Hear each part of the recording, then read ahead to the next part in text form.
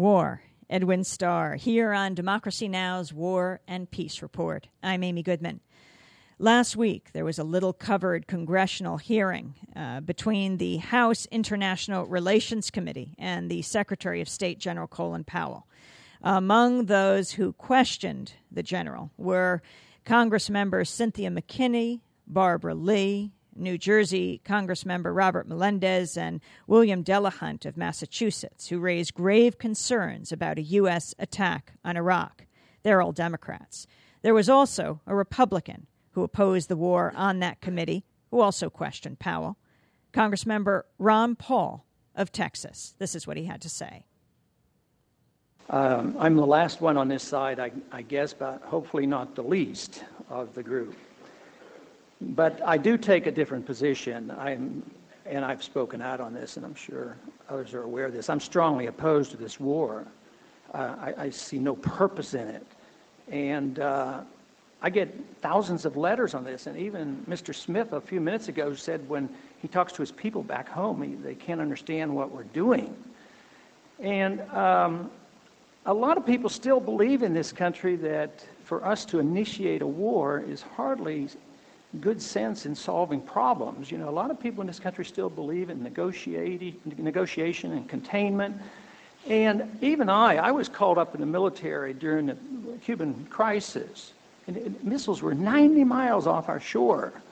And we didn't have to go to war over this. And we settled this. And here we are, we have a country that you even admit is greatly weakened from where it was before. And they're 6,000 miles away. They're half the size of Texas. They have a GDP that is 20% less than that of Idaho. And we're willing to make this commitment to war.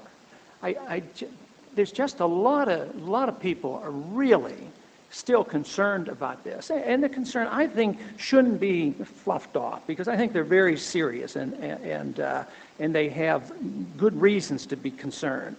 They're concerned about a massive expansion of the war. Some people even say, who knows, this could end up in World War III when we think of what the Muslim Arab world now thinks of us. And this could lead to something unheard of.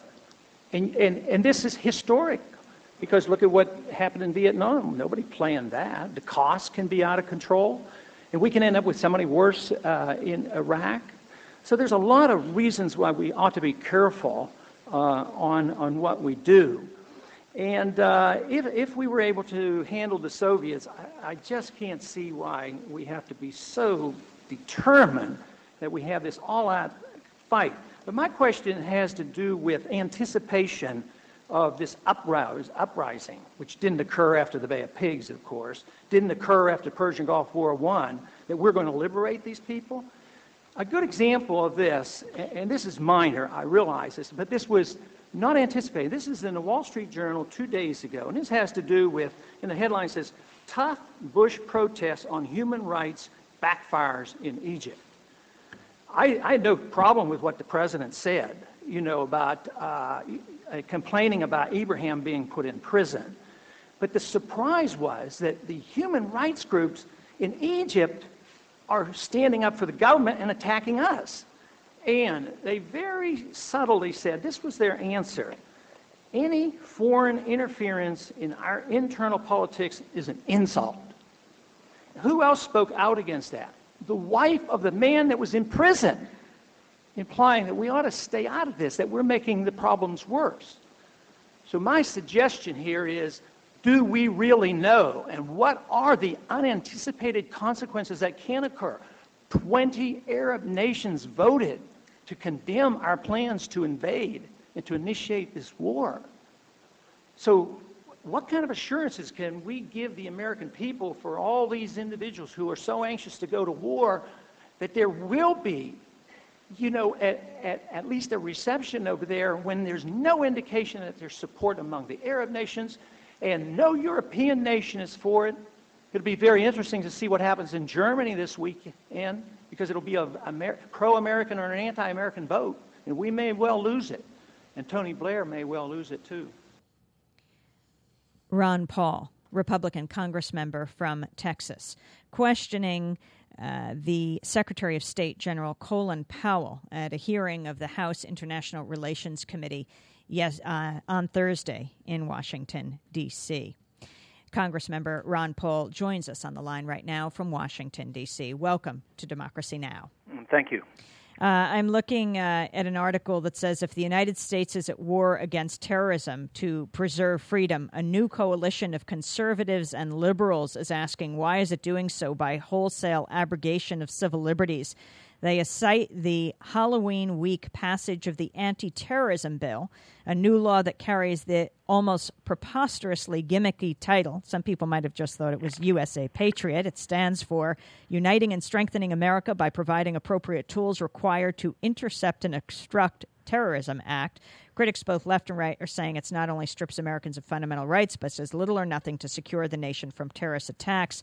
Congressmember Ron Paul is one of only 3 Republican lawmakers to buck the House leadership in the Bush administration to vote against the legislation. He has also joined a small group of Republicans and a number of Democrats in opposing an attack on Iraq. Can you talk further about your stance? Well, mine is, pretty well stated in that quote you used from the committee. I don't think it makes any military sense. It doesn't make any diplomatic sense. I also oppose it on constitutional grounds because there's no authority in our Congress, in our Constitution, for a president to initiate war just because he doesn't like somebody. I read into the Constitution that we're allowed to have a national defense and defend ourselves, and that is the prerogative of the Congress. So the declaration of war has to come from the Congress. This resolution that's coming up is nothing more than a transfer of power to the president to do what he wants. So I strongly oppose that. If we were going to do this properly, we'd have an up or down vote on a declaration of war. But nobody wants to declare war. That means they have to assume responsibility for what they're doing. So there are a lot of reasons that I oppose this, and the most important one, I guess, in the practical sense, is that I think it makes our national security much worse. I think we are more jeopardized, and that this cannot lead to anything good for the American people. What is the response of the Republican leadership to your opposition to the Bush administration's war, to the Bush war? I don't even know if they care. They certainly never say a word to me. I think they would like me just to go away. And if they say anything or call attention to it, I think they'll give me more recognition than they want. So it's almost like I don't exist. There's no hostility. Hopefully there's some subtle respect, and for some reason I think there could be, because I usually can defend my positions on the Constitution, and they all profess to be limited government constitutionalists, and yet here they are. You mentioned the Patriot Act, expanding the government here at home. At the same time, they're expanding the government in the military sense, so they're hardly limited government people. So I think there's subtle respect, but basically I'm generally very much ignored. Who joins you of your Republican colleagues in the House? On this issue? Yes. On the war issue? Unfortunately, there's going to be very few. I know that the individual who's spoken out the most in the past about going to war was Jimmy Duncan from Tennessee, and not a whole lot more. That doesn't mean there aren't some who are sympathetic. Most of the members I talked to... Dick Armey? I have no idea where he stands. He made that one great statement, and I called him on the phone. We were in recess then to congratulate him on him. He's getting ready to leave, so he's indicated that he might vote against the resolution, but I don't know exactly how he's going to handle that. I think the plan is the president has sent this very, very strong, broad resolution over, and the Democrats will get it toned down a little bit. But as soon as they do that, they're going to feel compelled to support it. If it's a limited transfer of power, it seems like they'll go along with it. But whether it's limited or broad, I don't see any reason whatsoever to encourage this war. Mm-hmm. Let me ask you something. Every time Cheney is brought up as being a target of an SEC investigation, Securities and Exchange Commission investigation, for his former role as head of the largest oil services corporation in the world, Halliburton. Or they raise questions are raised about Bush and his tenure as a director on the board of directors of Harkin Energy. I fear that another Iraqi child is threatened, that as the corporate scandals unfold here at home, that the administration is desperate to focus attention abroad and to intensify the military campaign. Do you think there's a connection? Well, I think so, but that's my opinion. But there's been quite a few articles now written on this, and I have heard conversations behind the scenes by members in the Republican leadership where they sort of chuckle and they think they have the Democrats on the run over this vote.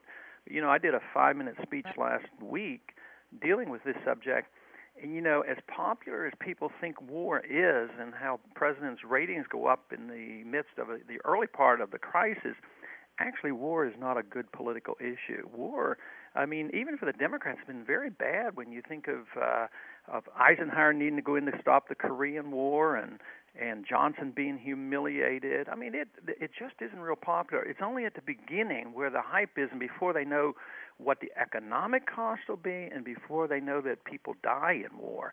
So it's a very unpopular position. And I think the Republicans, actually, it's almost ironic. Over the years, the Republicans have been more the ones called in to try to stop the wars. And this one, it's almost reversed. They want to start the war claiming that there's a tremendous political benefit to this.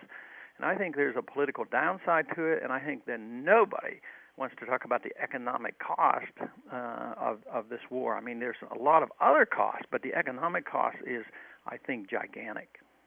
We have to break for stations to identify themselves. When we come back, I want to ask you about Enron and its former head, Ken Lay, one of the biggest supporters of the Bush administration. The latest news of inflating assets that were headlines in the Houston Chronicle on Sunday.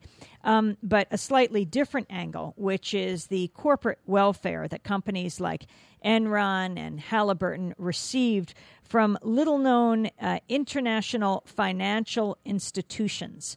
And then after that, we're going to hear what Cynthia McKinney had to say during this little-covered congressional hearing questioning of General Colin Powell. And Rick MacArthur will join us. He is the publisher of Harper's Magazine and author of Second Front, Censorship and Propaganda in the Gulf War. Stay with us.